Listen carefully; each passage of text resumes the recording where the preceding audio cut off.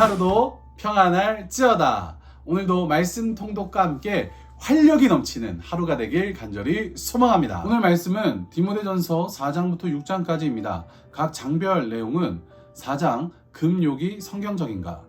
바울은 혼인을 금하고 어떤 음식을 먹지 말라고 하는 자들이 나타날 것을 경계하라고 합니다. 금욕을 강조하는 것은요, 이단들의 특징입니다.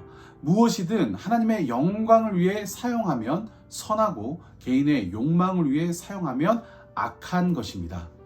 그렇다면 우리는 하나님의 영광을 위해 모든 것을 사용하고 있습니까?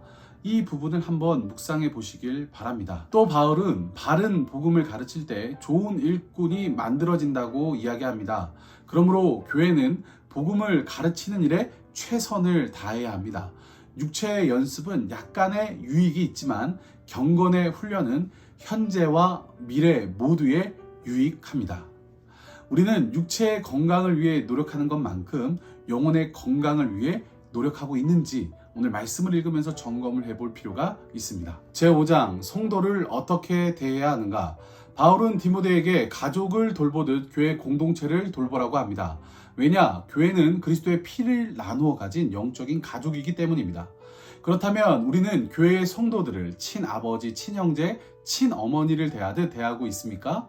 목장의 목원들을 영적 가족으로 대하며 사랑을 나누는 믿음의 공동체가 되길 간절히 축복합니다. 교회가 영적 가족이라면 교회 안에 경제적인 어려움을 겪는 사람이 없도록 도와야 할 것입니다. 당시 여성이 경제활동이 제한되어 있었기 때문에 남편을 잃은 여성들은 물질적인 어려움을 겪었습니다. 이에 바울은 교회가 그들을 도와주어야 한다고 말합니다. 제6장 자족하는 마음이란 바울은 상전을 공경하라고 우리에게 이야기합니다.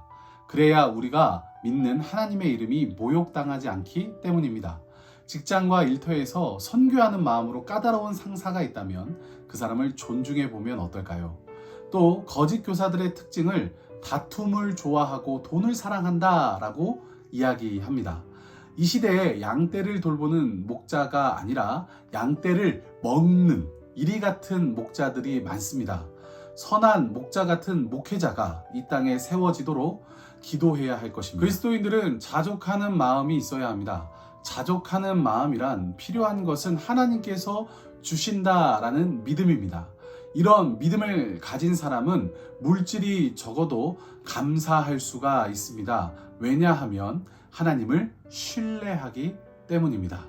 하지만 자족할 줄 모르는 사람들은 돈을 쫓다가 하나님을 잃어버리게 됩니다. 나는 하나님과 돈 가운데 무엇을 더 신뢰하고 있습니까?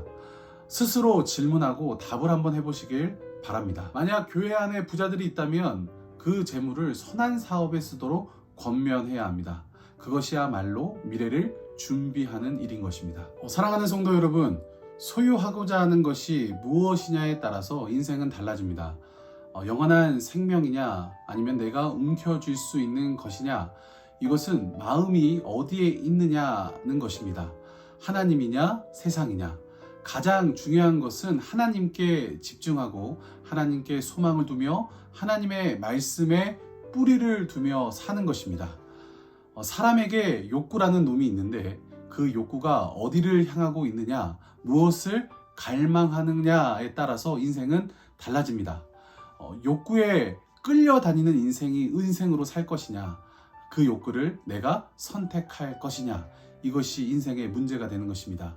오늘 하루 나의 욕구에 따라 움직이는 인생이 아니라 주님의 가르침을 따라 인생의 방향을 결정하고 또한 열매 맺는 삶 되시길 간절히 축복합니다. 그럼 오늘 하루도 말씀으로 평안할지어다.